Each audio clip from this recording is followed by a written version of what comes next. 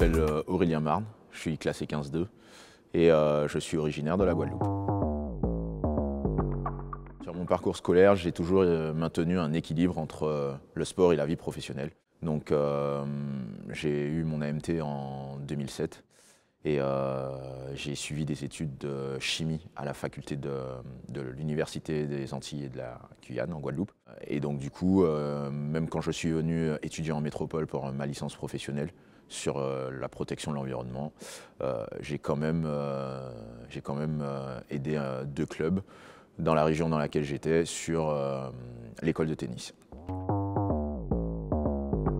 Dans un premier temps parce que, étant en Guadeloupe, il n'y a eu qu'une seule formation sur les 5 dernières années.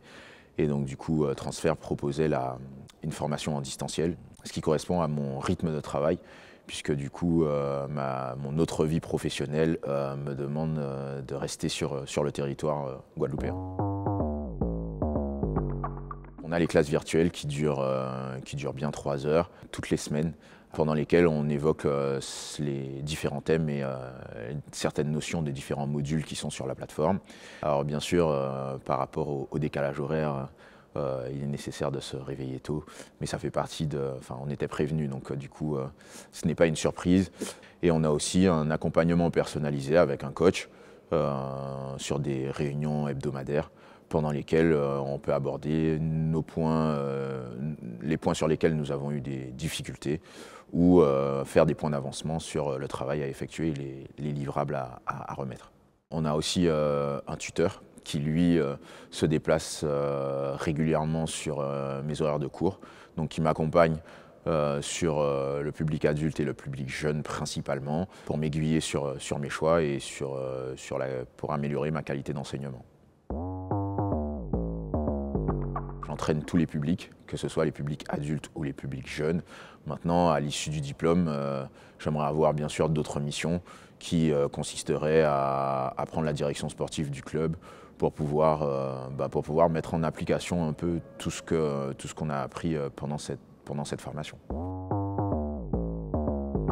Bien sûr, il y a plusieurs opportunités, celle d'être entraîneur référent et de choisir vraiment un public sur lequel je serai référent et je pourrais mettre en œuvre la politique sportive du club, soit être directeur sportif du club et à ce moment-là, être en concertation avec le bureau pour mettre en place un certain nombre d'actions et travailler avec l'équipe pédagogique pour satisfaire les besoins du bureau, ou alors la possibilité de pouvoir prendre en main une structure, diriger une structure et à ce moment-là, pareil, pouvoir mettre en application un peu ce qu'on a vu pendant cette formation.